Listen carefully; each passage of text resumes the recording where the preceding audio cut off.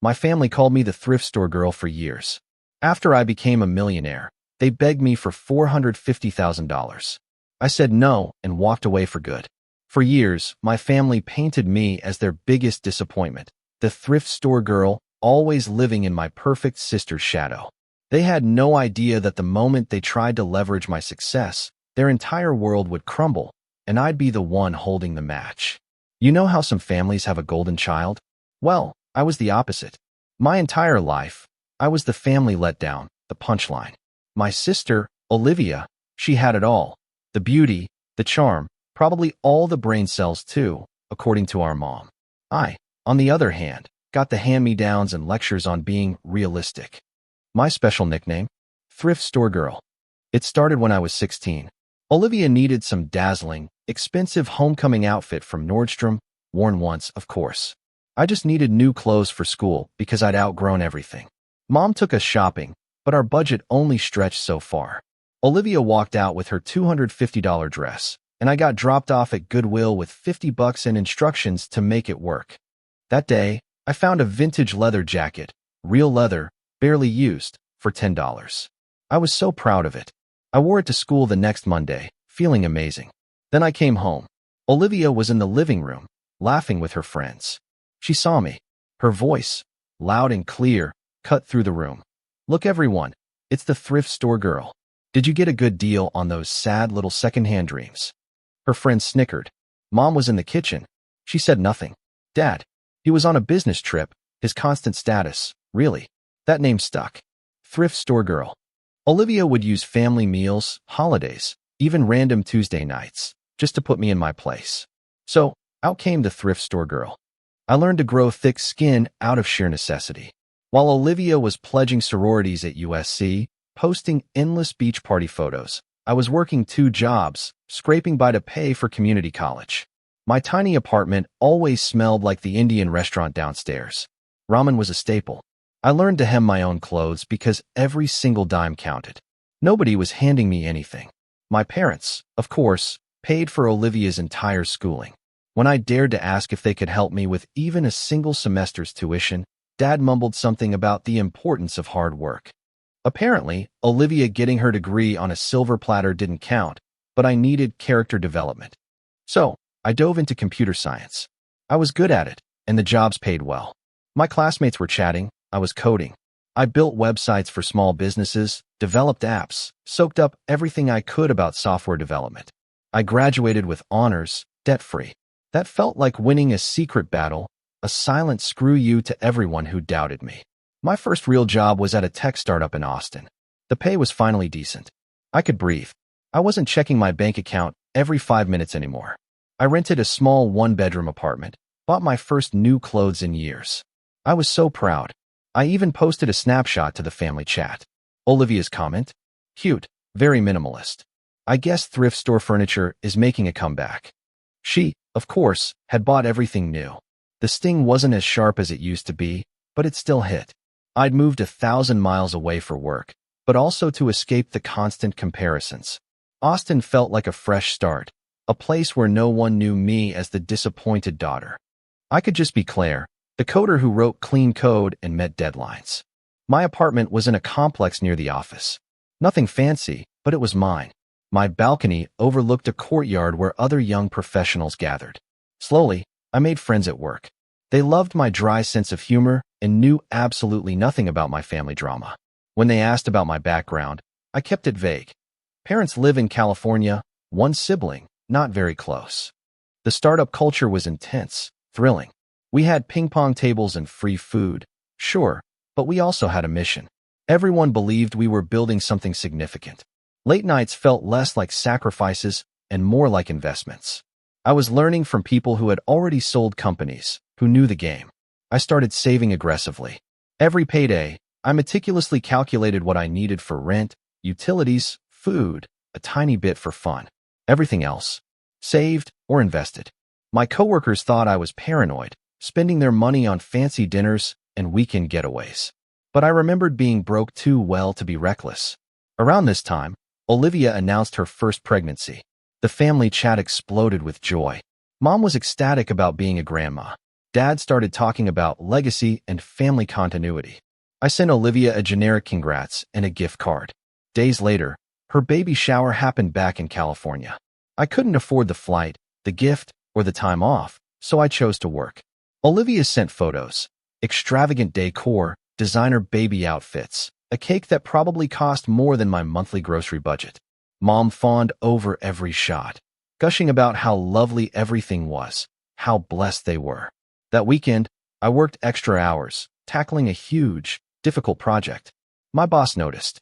That led to increased responsibility, more money, and opening doors I never expected. That's when I met Daniel Stevens, one of the co-founders. He was brilliant, a little awkward, and utterly obsessed with creating software for data security. I started as a junior developer, but Daniel saw something in my work. Within a year, I was leading my own team. Within 2, I was practically his professional partner. Daniel reminded me of myself in so many ways. Underappreciated, driven by something deeper than money. He was the weird kid in school who programmed instead of socializing. His parents wanted him to be a doctor, but he dropped out of medical school to start a tech company. We connected over those shared family expectations and the pure freedom of disappointing people who never truly knew us. Our working relationship was pure magic. He'd sketch impossible concepts on whiteboards, and I'd figure out how to make them real. His vision, my execution. We just clicked. The rest of the team started calling us the Brain Trust, which was both flattering and a little annoying. We worked 80-hour weeks, fueled by coffee and sheer determination. Our software? It was brilliant. Revolutionary, even. Companies started licensing it. Small contracts grew into massive deals. Tech giants began to take notice. The first time a Fortune 500 company licensed our software, Daniel and I celebrated at a dive bar. We weren't champagne people. We ordered whiskey, sitting in a booth that reeked of decades of spilled beer, laughing like idiots. We did it, he said, a grin splitting his face. We built something that actually mattered. Your family must be so proud, he remarked, a little tipsy. I just laughed. They don't really get what I do. My sister still thinks I fix computers. Seriously, she once asked if I could help her printer connect to Wi-Fi. When I tried to explain what I actually did, she got bored and changed the subject to her kitchen renovation. Daniel shook his head. My parents still ask when I'm going back to medical school. Some people just can't see past their own expectations. We clinked glasses to that, to being seen by those who mattered, even if our own families weren't among them. As the company expanded, so did my role. I wasn't just coding anymore. I was making strategic decisions, hiring teammates, negotiating contracts. Daniel trusted me completely, and my equity in the company reflected that. When we finalized the ownership, I ended up with 40%. Daniel had 40%. The remaining 20% went to early investors and key employees. I never told my family any of this. Why would I? Every time I mentioned an achievement, Olivia would find a way to undercut it. I remember in my second year at the startup, I told them I'd been promoted to senior developer. That same day, Olivia announced her engagement to Adam Walker, whose father owned a chain of auto dealerships. The conversation immediately shifted to her princess-cut diamond and wedding plans. She shared a picture of her hand with this enormous ring, 2, maybe 3 carats, in the family chat. Adam had proposed on a beach in Maui at sunset, with a photographer capturing every moment. The photos were professionally edited and uploaded within hours. My mom called me, crying with joy. Your sister is so blessed, she kept repeating. Adam is such a catch. He's going to take such good care of her. I was troubleshooting a major system breakdown when she called. 3 developers were waiting for my feedback, and I had a customer presentation in 2 hours. I just said, congratulations, and told her I had to go. Mom sounded disappointed that I wasn't more thrilled. The truth was, I felt nothing. Olivia's happiness had lost all meaning to me somewhere along the way. Her life was hers. Mine was mine. The only intersection was obligation. I went to Olivia's wedding alone. I was 25, wearing a new dress I'd bought from a department store, but still, I felt completely invisible. Her bridesmaids were these perfect sorority sisters, straight out of a magazine. I was seated at a table with distant relatives who spent the whole reception on their phones. The wedding itself was a 3-day affair at a Napa Valley resort. I could only afford to fly in Saturday morning for the ceremony and leave right after the reception. I missed the welcome dinner, the morning after breakfast, Nobody even seemed to notice. The ceremony was gorgeous in that over-the-top, impersonal way. White flowers everywhere, a string quartet. Olivia looked stunning in a couture gown that probably cost more than my car. Adam openly wept as she walked down the aisle, filmed from multiple angles, of course. I sat 17 rows back on the bride's side, wedged between a great aunt who kept asking who I was and a family acquaintance I'd never met. Olivia glided past me, her gaze sweeping over the crowd. I don't think she even saw me. During the toasts, Olivia's maid of honor talked about how Olivia was always meant for success, how she always knew exactly what she wanted. My dad's toast highlighted how proud he was of his accomplished daughters, but every single example he gave was about Olivia. Mom cried tears of joy. I just sipped my champagne, wondering why I'd even bothered to come. The celebration was in a vineyard, with that perfect golden hour lighting, making everything look like a movie. I tried to socialize, but I kept finding myself in conversations where I was the ultimate outsider. Olivia's friends were discussing spin classes and vacation homes.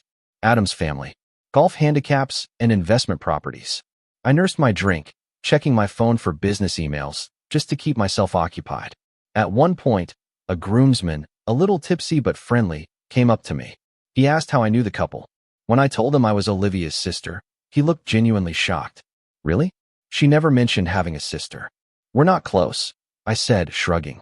He nodded, as if that explained everything, and quickly moved on to find someone more interesting.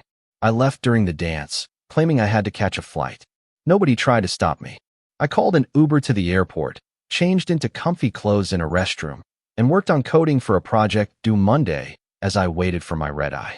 It was a far better use of my time than trying to enjoy a party where I simply didn't belong. Flying back to Austin, I felt this overwhelming sense of relief. My familial duty was done. I showed up. I was nice. Now I could go back to building my real life, brick by brick, the one that truly mattered to me. I texted Olivia a final congrats from the airport. She replied with a heart emoji. That was the extent of our conversation. About 8 months after the wedding, Olivia announced her first pregnancy.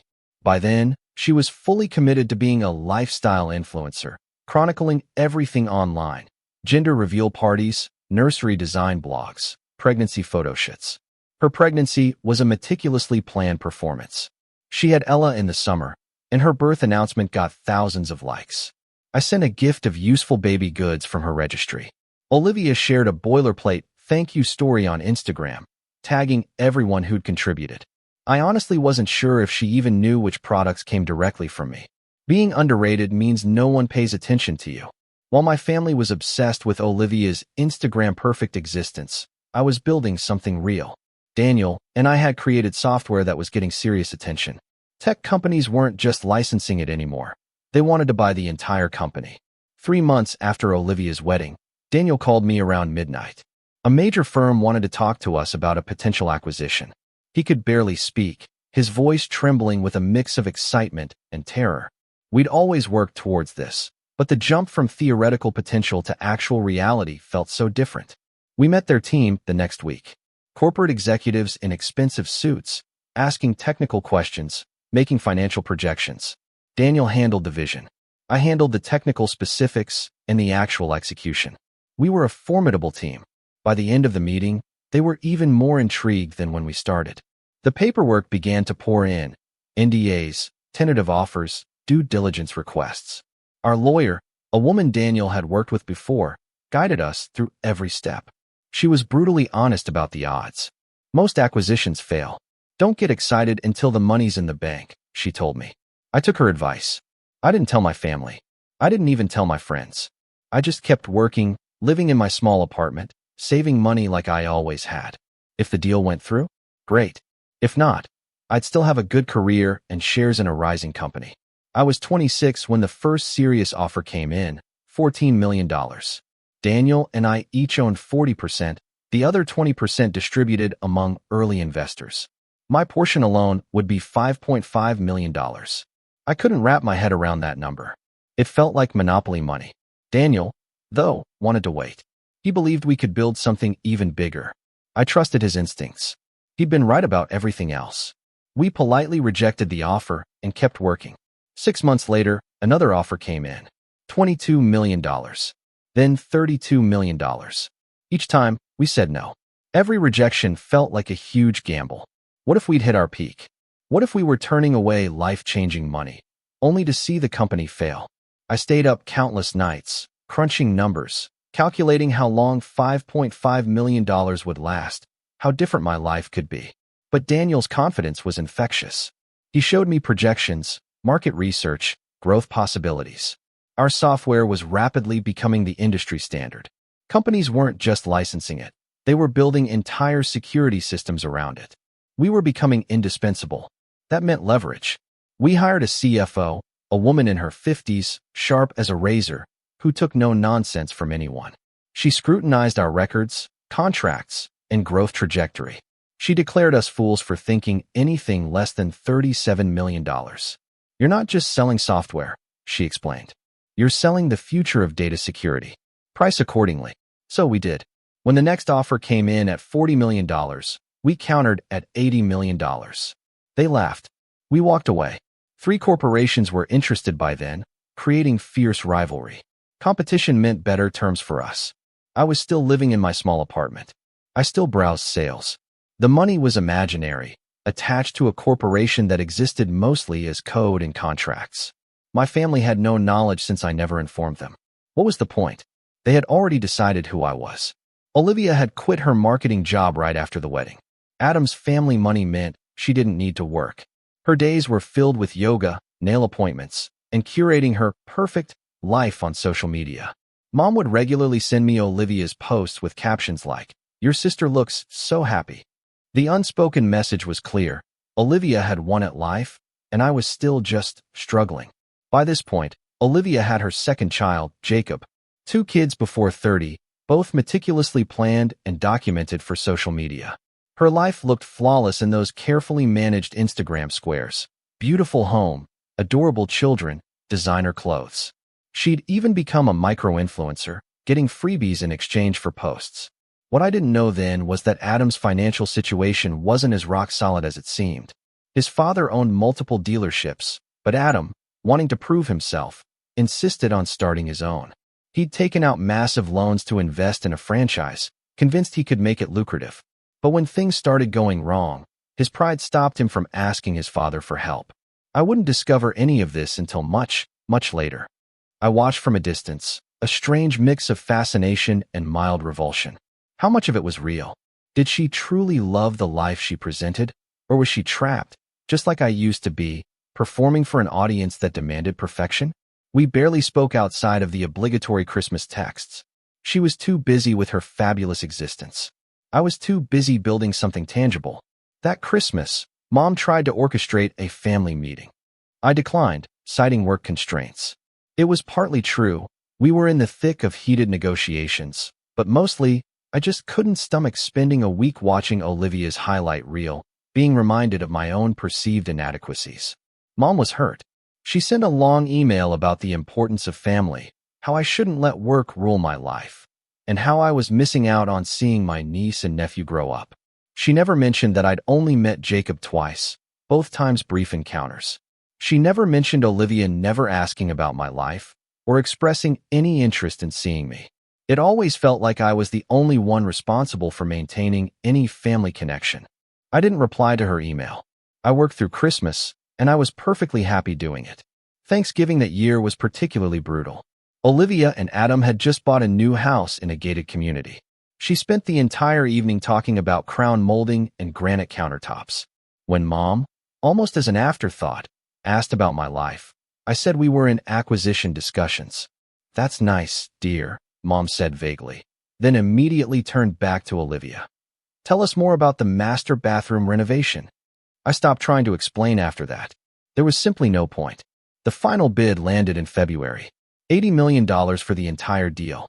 Daniel called me at 11 p.m., his voice shaking with disbelief and elation. The buyers were serious. They wanted our software, our people, our vision. This was it. The moment we'd been working towards for 6 years. My share? $34 million. After taxes and repaying early investors who opted for lower returns, I'd have around $8.5 million in liquid assets. $8.5 million. I sat on my apartment floor for an hour, just staring at the wall, trying to comprehend that number. Daniel, and I signed the paperwork in March. The money hit my account 2 weeks later. I watched my banking app update, saw the impossible balance. I was a millionaire before I turned 27, and absolutely no one in my family knew.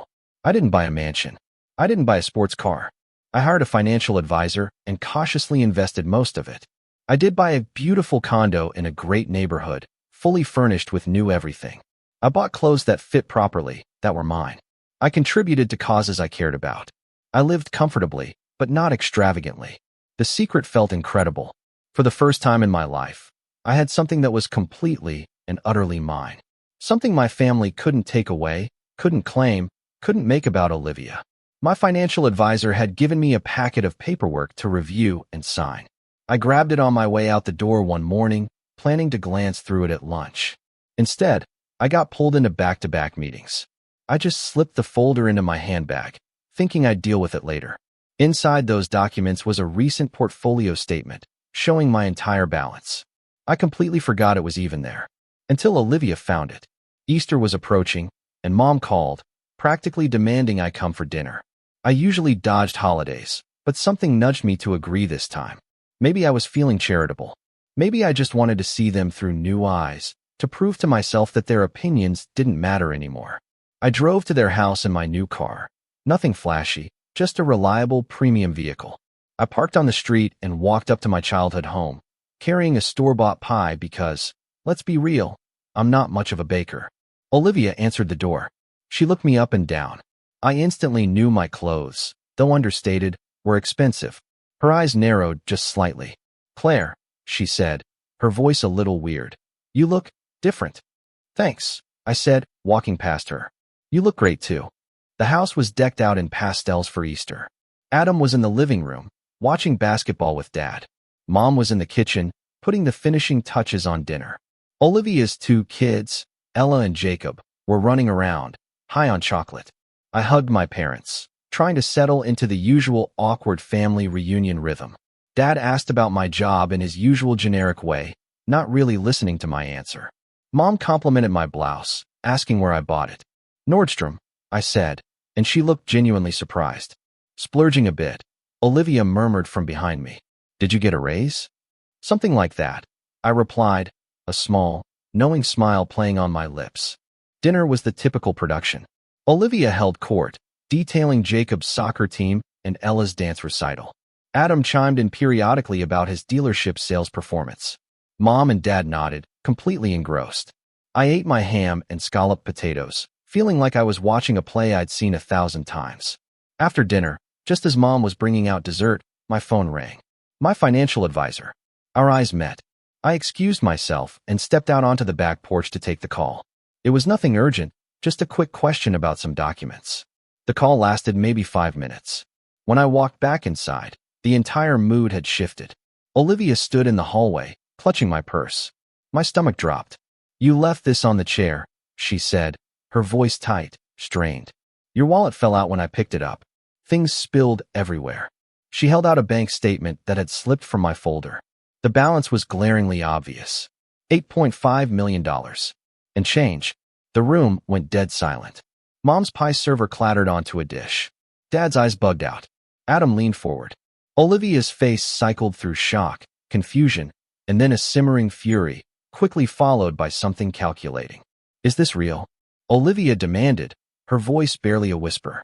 I took the statement from her trembling hand, folded it neatly, and slid it back into my wallet. My heart hammered, but my voice was steady. "It's none of your business." $8.5 million? Mom's voice was low, incredulous. "Claire, where did you get $8.5 million? "I earned it," I said simply. Olivia let out a sharp, unpleasant laugh. "You earned it doing what?" "You work in computers. Programmers don't make $8.5 million. This one did," I replied, my voice calm but firm. "My company was acquired. That's my share." The hush that followed was deafening. I could literally see them recalculating everything they thought they knew about me. The thrift store girl was a millionaire.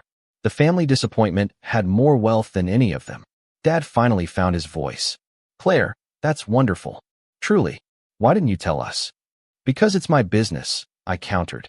And because I knew this would happen. What would happen? Mom inquired, her expression wounded.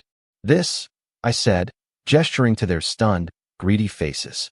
You've never cared about my success before. Why would I share this with you now? Olivia's horror was rapidly morphing into something far uglier. I could almost hear the gears turning in her head, the entitlement bubbling to the surface. After everything this family has done for you. Like what? I interjected, cutting her off cold. Please, enlighten me. What has this family actually done for me? We raised you, Mom said, almost defensively. You raised both of us, I shot back. But you paid for Olivia's entire college education, while I worked myself to exhaustion for community college. You celebrated every single one of Olivia's accomplishments, while barely acknowledging mine.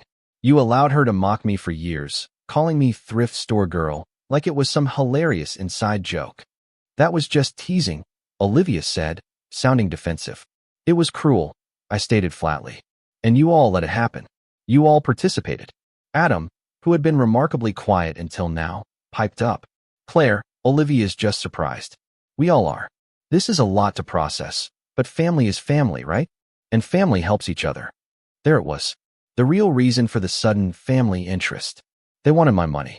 Helps each other. How? I asked, already knowing the answer.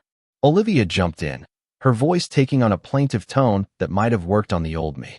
Claire, Adam's dealership has been struggling. The economy, supply chain issues, you know how it is. We might lose the house. We have kids to think about. You don't have children. You don't have a husband. You don't have anyone depending on you. You have more money than you could ever spend. I looked at her. This woman had made my childhood hell, dismissed my struggles, never once asked if I was okay or needed help. And now, she wanted my money. So, let me get this straight. I began carefully. You want me to just give you my money? The money I earned while you were posting selfies on Instagram? The money I made while you quit your job to play housewife? You want me to hand over what I worked for because Adam made bad business decisions? It's not like that, Adam argued. It's a loan. We'd pay you back. No, you wouldn't, I said bluntly. And even if you intended to, you couldn't. If you can't manage your own finances, why would I trust you with mine? Mom stepped closer, her expression crafted for maximum guilt. Claire, honey, please. Olivia is your sister. Those are your niece and nephew. You wouldn't let them lose their home, would you? How much are you asking for? I asked, genuinely intrigued by their audacity. Olivia and Adam exchanged a quick glance. $450,000 would cover everything, Olivia said. The mortgage, the debts, enough to get us back on our feet. It's nothing to you. It's barely 5% of what you have, but for us, it would mean everything. Something inside me snapped. The years of being ignored, dismissed, mocked, it all crystallized into perfect, painful clarity. These people didn't love me. They never had. I was just someone they kept around to make themselves feel better. And now that I had something they wanted, they suddenly remembered family. No, I said. Olivia blinked. What? No, I'm not giving you money. Not $450,000. Not $500. Not $5. Her cheeks turned crimson. Are you serious? After everything? After everything? I echoed, my voice rising. After you spent our entire childhood making me feel worthless? After you called me thrift store girl at every opportunity? After this family made it clear that I was worth less than you in every way that mattered? Now you want me to rescue you? We're family, Olivia insisted. Family supports each other, I retorted, my voice icy. Family doesn't mock each other. Family doesn't play favorites. You want to know what family is? It's not this. It never was. Dad tried again, his voice dropping into that authoritative tone he used when we were kids. Claire, you're being selfish. Your sister needs help, and you have the means to provide it. This is what decent people do. Something inside me just snapped. I started to laugh. A wild, disbelieving laugh. I couldn't help it. They were calling me selfish? After a lifetime of their own selfishness. It was too much. The laughter just kept pouring out of me. Decent people? I choked out between laughs. Where were decent people when I was eating ramen for dinner just so I could afford textbooks? Where was family when I was working 2 jobs and going to school full time? Where was support when I was building a career from absolutely nothing? We didn't realize you needed help, Mom said faintly, her voice weak. You didn't ask, I said, my laughter finally fading, replaced by a cold, hard anger. You never asked because you didn't care. As long as Olivia was happy and successful and posting pretty pictures, I could suffer in silence. I was just the thrift store girl, remember? I wasn't worth your attention. Olivia's face was contorted with pure hatred. Now you're really going to let us lose everything? You're going to let your niece and nephew be homeless because you're petty and bitter? You're not going to be homeless, I murmured, feeling utterly exhausted. You're being dramatic. Sell the house. Downsize. Live within your means, like I had to. Figure it out, like I had to work for it, like I did. I have children. Olivia cried. Then set a better example for them. I fired back. Show them that hard work matters. Show them that you can't just coast on charm and good looks. Show them that actions have consequences. Adam stood up, his expression harsh. You're making a big mistake. We're family. You're going to regret burning these bridges. I snatched my handbag and made for the door. They swarmed me, their voices overlapping, pleading, demanding, threatening, all at once. Olivia grabbed my arm, her claws digging in. Please, she begged. And for a split second, she looked truly desperate. Claire, please. I'm sorry about the stupid nickname. I'm sorry I wasn't nice. I'm sorry. Okay. I'm sorry. Just help us, please. I looked at her, really looked at her. She was still beautiful, perfectly put together, but her eyes were wild. Her entire existence was built on other people's generosity, and now it was crumbling. I felt nothing. I'm sorry, too, I said, my voice surprisingly gentle. I'm sorry you're in this situation. I'm sorry you made choices that led here. But I'm not your bailout. I'm not your backup plan. I'm not the thrift store girl you can dismiss and ignore until you need something. I pulled my arm free and reached for the doorknob. Olivia's apologies instantly curdled into fury. You're selfish, she hissed. After everything we've done for you. We gave you a home. We fed you. We raised you. And this is how you repay us. You did the bare minimum that parents are legally obligated to do. I shot back. That doesn't entitle you to my money. Mom was openly crying now. Dad was red-faced, enraged. Adam was pacing. Olivia looked like she wanted to physically assault me. I opened the door. Claire. Dad's voice was stern, a final ultimatum. If you walk out that door, you're not welcome back. If you choose money over family, you're no daughter of mine. I paused in the doorway, turning back to face them one last time. You chose Olivia over me my entire life, I said, my voice quiet, cutting. You chose appearances over substance. You chose comfort over fairness. You made your choice a long time ago. I'm just finally making mine. You'll regret this. Olivia shrieked after me.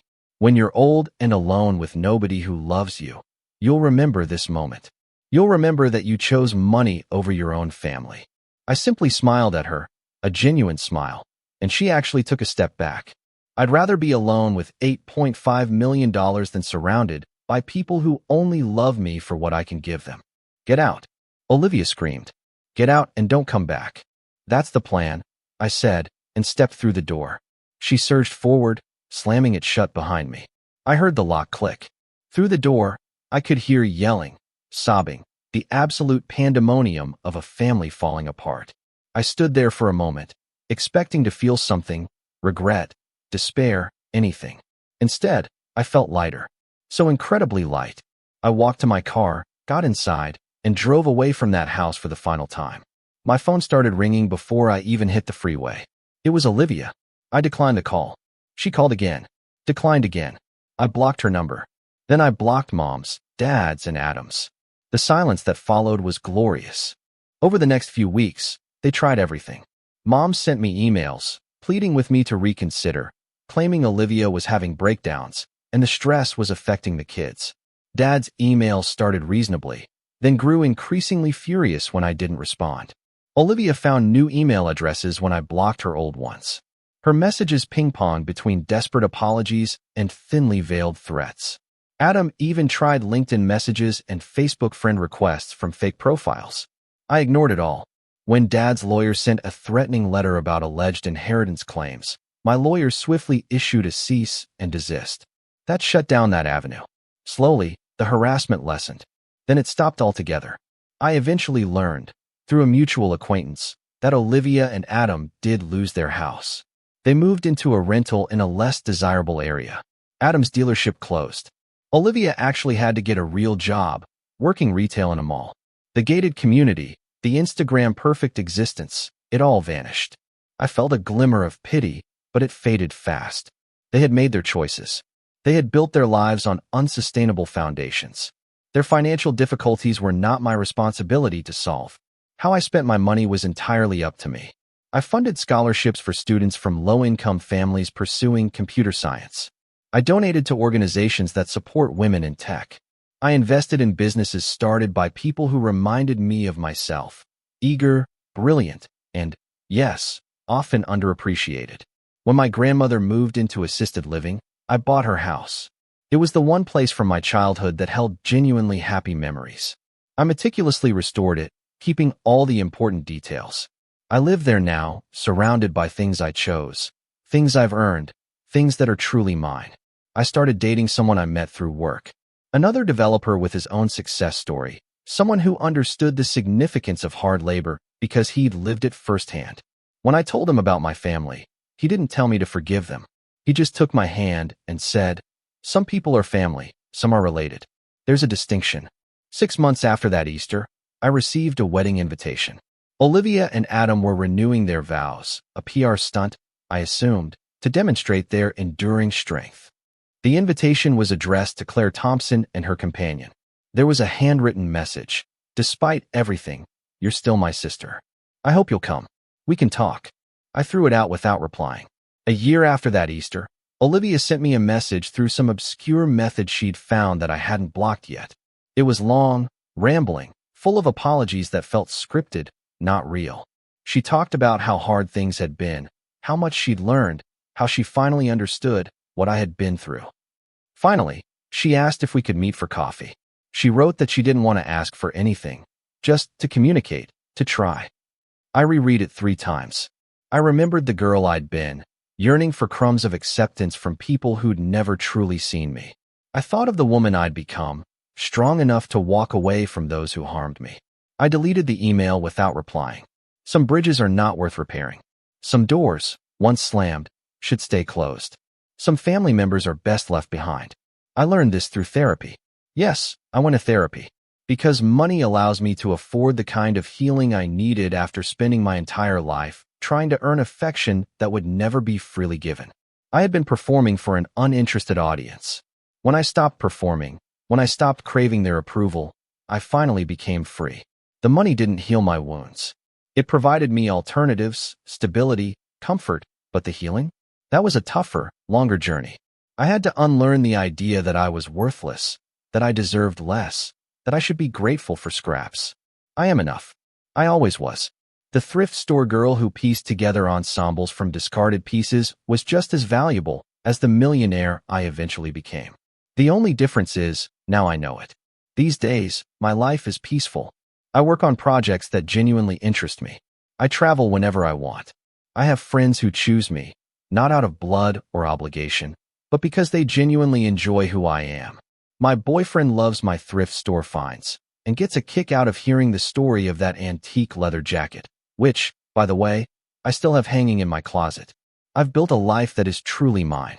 Nobody can belittle it, disparage it, or take credit for it. When I look in the mirror, I see someone who endured, who worked, who refused to let others define her worth. Sometimes I wonder if my family remembers that Easter dinner. If they ever relive the moment they found out I was rich and demanded I share it. They probably won't ever comprehend why I laughed in their faces and walked away. People like that rarely do. They'll always feel entitled to what others have earned. They'll always believe that family means laying claim to someone else's achievement without contributing to it. But sometimes, late at night, in the house that I truly own, I remember standing in that doorway with Olivia screaming at me, telling me to go. I remember the sound of the door slamming in my face and the finality of the lock clicking into place. I remember how it felt to walk away. And I grin, because they actually did me a favor. They released me from the last shred of obligation I felt towards them. They showed me their true selves one final time. They slammed the door shut on a connection I'd been desperately trying to maintain out of guilt and habit. I walked away feeling lighter than I had ever felt in my entire life. The thrift store girl became a millionaire. The family's disappointment became more successful than they could have dreamed. The girl they overlooked became someone they couldn't ignore. And when they finally saw me, when they finally wanted something from me, when they needed what I had built. I said no. Nobody warns you about the power of stepping away, the power to choose yourself, the strength of refusing to light yourself on fire to keep others warm, especially when they would never do the same for you. I don't regret it. Not for 1 second. Not when I'm lying in bed in my beautiful house. Not when I'm sponsoring scholarships for young women just like I was. Not when I'm living the life I choose, rather than the one chosen for me. Olivia was right about one thing, though, just not how she intended it. I am occasionally alone, yes, but I am not lonely. There is a distinction. Loneliness is being surrounded by people who don't truly see you. Being alone allows you to breathe, to exist without having to apologize for taking up space. I'd rather be alone than unloved. The last time I considered reaching out was on my birthday last year. I woke up to messages from friends, my boyfriend, from all the people who actively choose to be in my life. I thought about how different it was from past birthdays, when my family would give me practical presents while Olivia got jewelry and trips. I briefly considered calling, just to see if anything had changed. Then I remembered Olivia's face when she saw my bank account, the calculating glint in her eyes, and how quickly affection turned into demands. Instead, I made myself pancakes and treated myself to a spa day. Some people spend their entire lives chasing approval from people who will never give it. Some people injure themselves trying to fit into spaces that were never meant for them. Some people accept crumbs and call it love. I did that for 26 years. Now, I live differently. I know better. Now I understand that stepping away doesn't mean giving up. It means growing up. My family used to call me the thrift store girl as an insult. They assumed secondhand meant second-rate. They believed bargain hunting meant cheap living. They believed I was inferior to them because I lacked what they had. They were wrong about everything. The thrift store girl learned to recognize value where others saw trash. She learned to make damaged things beautiful. She discovered that worth isn't decided by price tags, family acceptance, or Instagram likes. She learned to gamble on herself, and she won. So, no, I will not reconcile with my family. I will not fund Olivia's lifestyle or serve as the family ATM. I will not attend holidays, pretend everything is normal, or accept half-hearted apologies meant to manipulate rather than heal. I'll be right here, in my beautiful, self-made house, living my life, making my own choices.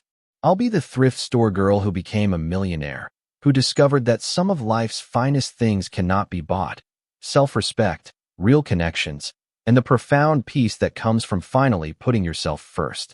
They slammed the door in my face, thinking it was punishment. It was freedom,